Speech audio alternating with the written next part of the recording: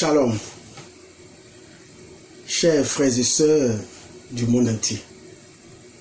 Salam alaikum à tous les musulmans du monde entier.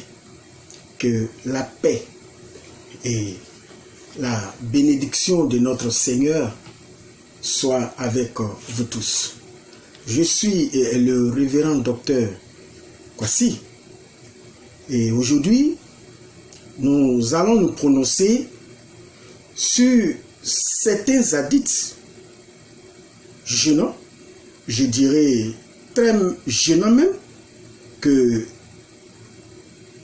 certains imams ne prêcheront jamais en public et même souvent dans les mosquées. Ces hadiths gênants là rapportent des faits sur Mohammed. Des faits sur Mohammed qui sont étranges et choquants. Donc, en première partie, nous parlerons de ces hadiths-là gênants par rapport à Mohammed. Et en seconde partie, nous allons nous prononcer sur les hadiths par rapport à Jésus-Christ. Commençons tout de suite, sans plus tarder, avec les hadiths par rapport à Mohammed. Mohammed a été envoûté, selon ces hadiths qui seront l'objet de la lecture tout à l'heure. Il a été ensorcelé pendant son ministère, ou si vous voulez, son soi-disant ministère prophétique sur la terre. Permettez-moi de vous offrir la lecture de cet hadith, Bukhari numéro 3175. Aïcha raconte, une fois le prophète a été ensorcelé, de sorte qu'il a commencé à imaginer qu'il avait fait une chose qu'en fait il n'avait pas faite. Alors, nous sommes conscients qu'un prophète de ce nom, que Dieu envoie, peut être attaqué. Il peut être tenté. Mais un prophète que Dieu envoie être sous l'emprise d'un envoûtement,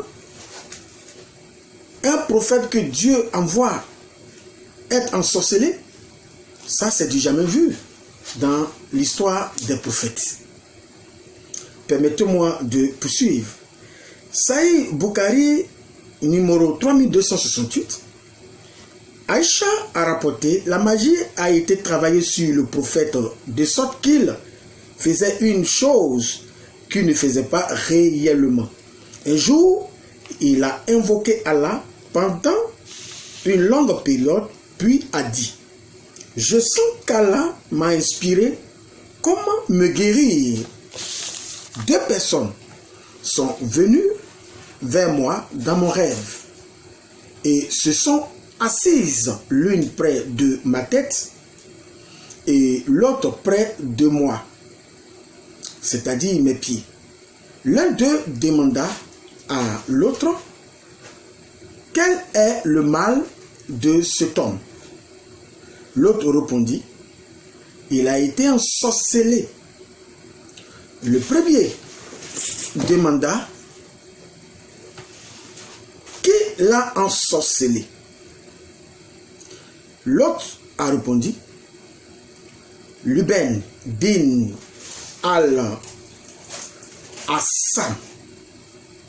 Le premier a demandé: quel matériau a-t-il utilisé? L'autre répondit: un peigne, les cheveux rassemblés dessus et la peau extérieure du pollen du palmier dattier. Mal. Le premier demanda: où est-ce? L'autre répondit: c'est dans le puits de Dawan. Alors le prophète sortit vers le puits, puis revint et me dit: à son retour, ces palmiers dattiers du puits sont comme les têtes des démons. J'ai demandé, avez-vous enlevé ces choses avec lesquelles la magie a été travaillée? Il a dit non, car j'ai été guéri par là et j'ai peur que cette action ne répande le mal parmi les gens. Plus tard, le puits a été rempli avec la terre. Cet hadith de Bukhari numéro 3268 nous rapporte le fait que Mohammed lui-même a fait l'aveu que la magie avait été travaillée sur lui, de sorte qu'il faisait une chose qu'il ne faisait pas réellement. Alors un jour, selon lui, il a invoqué Allah pendant une longue période, puis Allah l'a inspiré en envoyant 2 personnes dans son rêve. Et ces 2 personnes ont échangé sur le mal dont il souffrait. Et selon ses propres dits, ces 2 personnes dans son rêve auraient avancé la théorie selon laquelle un certain juif du nom de Lubaid bin al-Assam l'avait envoûté et avait utilisé comme matériau un peigne, les cheveux rassemblés dessus et la peau extérieure de pollen du palmier dattier mâle. Et que cette personne, ce juif, aurait jeté ça dans un puits du nom de Dawan.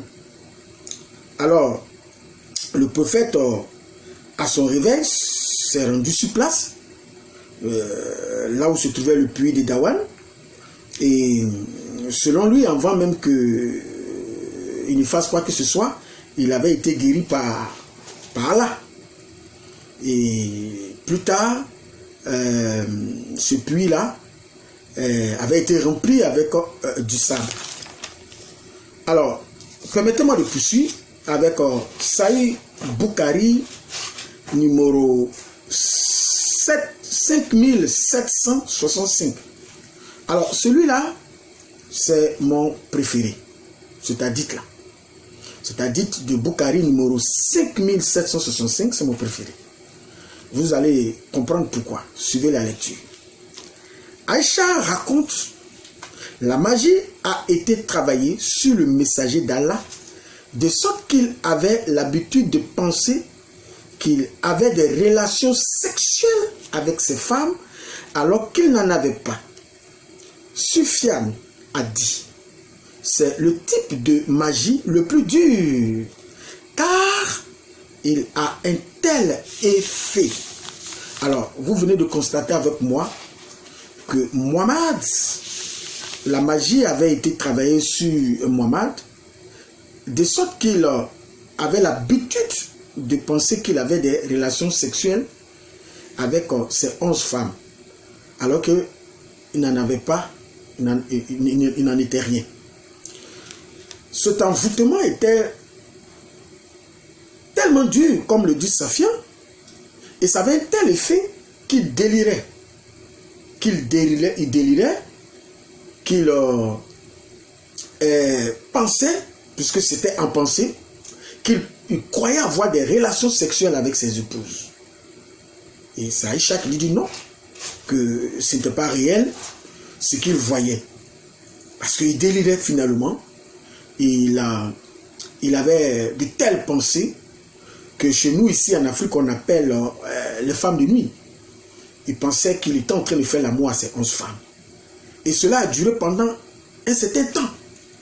Il a été sous l'emprise de cet envoûtement, sous l'emprise de cet état-là mental, pendant un certain temps, où il délirait, il se voyait faire l'amour avec ses épouses, il était dans un fantasme, un esprit qui ne disait pas, ne dit pas son nom.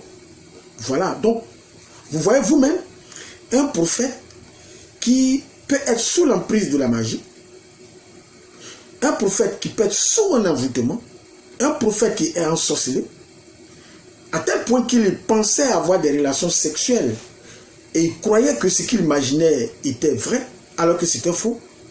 Mais imaginez la suite concernant ce que nous avons de son soi-disant Coran comme étant un message de Dieu. Permettez-moi de poursuivre. Et cette fois-ci, nous allons prononcer sur Jésus. Puisque j'avais annoncé cela, puis nous allons prononcer sur les hadiths concernant Jésus.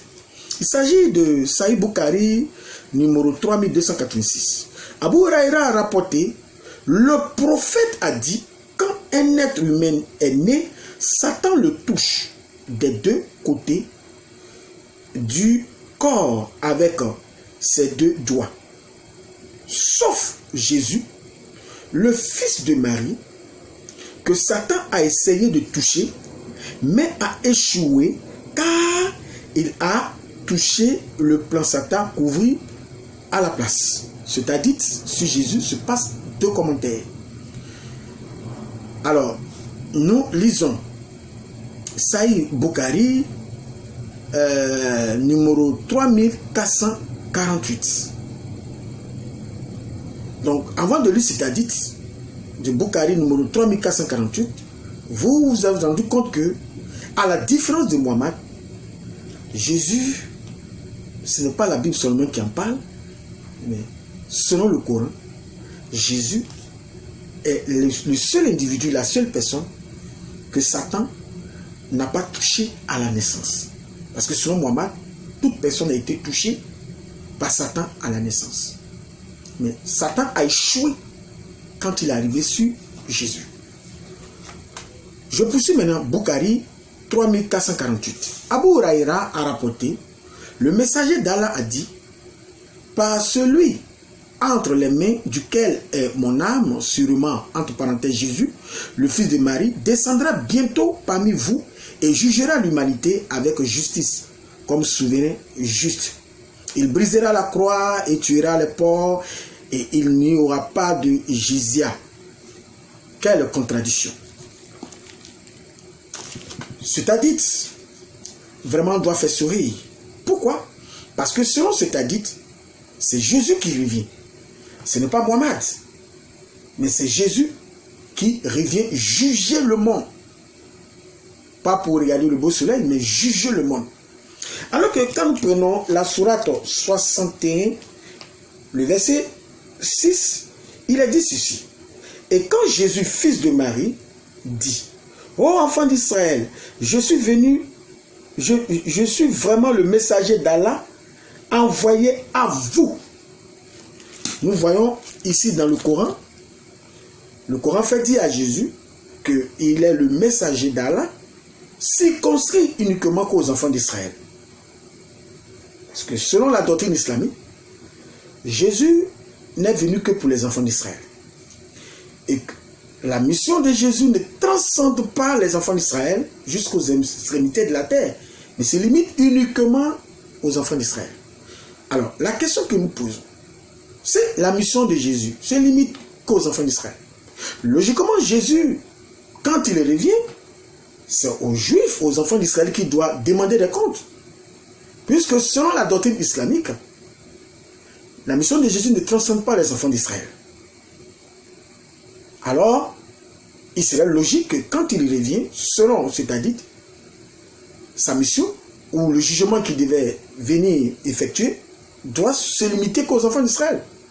Mais au lieu de cela, cet hadith de Bukhari 3448 dit que Jésus vient pour juger l'humanité.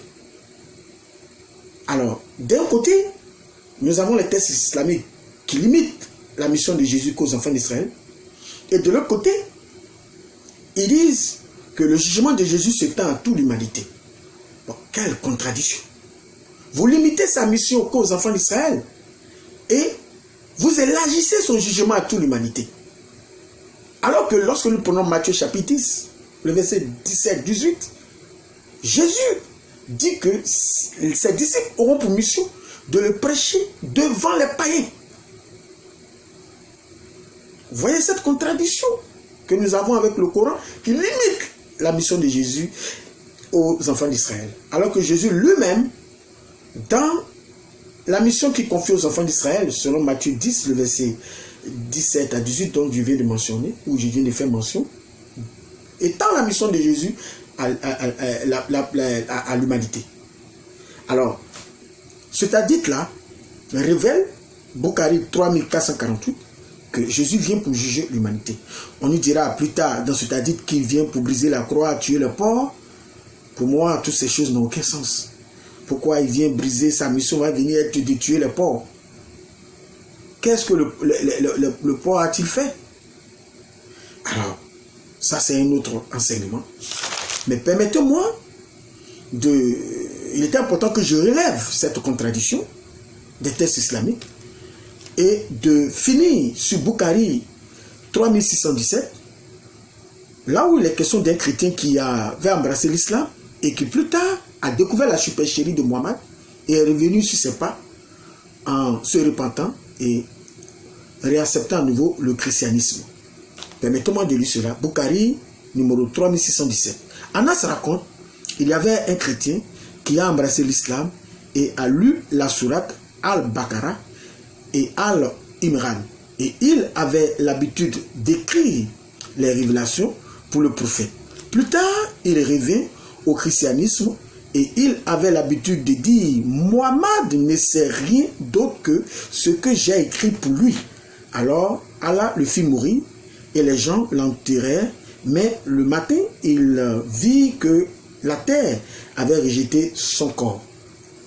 Cette histoire-là, ou si vous voulez la fin de cette histoire, qui dit que Allah aurait frappé cet homme, ce chrétien, qui avait découvert la supercherie de Mohammed et avait commencé à dénoncer cette supercherie, que Allah l'aurait frappé et que son corps aurait été enterré et que le matin son corps est revenu à la surface. Cette partie de cette histoire-là est une imagination. Cette partie de cette histoire est fantaisiste, est une invention de la part des compagnons du prophète Mohammed dans l'optique de faire peur ou dans l'optique de faire asseoir un sentiment de peur contre ceux qui vont critiquer ou dénoncer l'islam. Donc, cette partie-là que Allah aurait frappé ce chrétien est une imagination, une pure invention. Parce que, comme nous le savons, Allah n'a jamais pu se défendre. Quand on le critique ou on le dénonce, ce sont les musulmans qui ont toujours agi à la place d'Allah pour le défendre, en menaçant des personnes en emprisonnant. Constatez vous-même lorsque nous nous rendons dans les pays où la charia bat son plein, si tu oses même critiquer les textes islamiques, mais tu es arrêté sur le champ. Et vous savez ce qui va suivre. Allah n'a jamais pu se défendre. Quand il est critiqué, il est dénoncé. Ce sont les musulmans qui défendent Allah. Ce sont les musulmans qui se lèvent, qui emprisonnent, qui arrêtent des individus qui osent critiquer les textes islamiques dans les pays où la charia bat son plein. Et même nous constatons cela lorsque nous osions critiquer les textes islamiques sur le net. Ce sont des menaces de mort que nous essuyons chaque jour. Allah n'a jamais pu se défendre lui-même. Pourquoi? Parce que nous avons les preuves aujourd'hui que ce Allah-là, c'est Mohammed. Ce Allah-là, c'est la pensée d'un bédouin du 7e siècle de l'Arabie. Ces fantasmes qu'il a mis à l'écrit, qu'on appelle aujourd'hui le Coran. Allah, c'est l'ami imaginaire, si vous voulez, de Mohammed. Il n'a jamais existé. Mais comment il peut se défendre? Alors, la fin de cette histoire est une imagination de la part des amis de Mohammed pour faire peur à ceux qui dénoncent l'islam, c'est tout. L'histoire elle-même, où le chrétien qui quitte le christianisme pour embrasser l'islam et qui revient sur ses pas parce qu'il a découvert la supercherie, le mensonge de Mohammed. Puisque le texte lui-même le dit, il avait l'habitude d'écrire les révélations pour le prophète. Et plus tard, quand il est revenu au christianisme, il a commencé à dire ceci, que Mohammed ne sait rien d'autre que ce que j'ai écrit pour lui. Et c'est pour cela que cet homme-là est mort. Parce qu'il a commencé à dénoncer. Et on nous fait croire que c'est Allah qui l'aurait frappé. Et qu'on raconte des histoires de mis debout sur lui. Voilà la vérité. Voilà la vérité biblique. Et la vérité que nous annonçons par rapport à l'islam. Alors, si ce contenu vous a plu, n'oubliez pas de liker et de partager massivement cette vidéo dans l'optique de dénoncer cette religion qui retient encore des âmes dans son géol.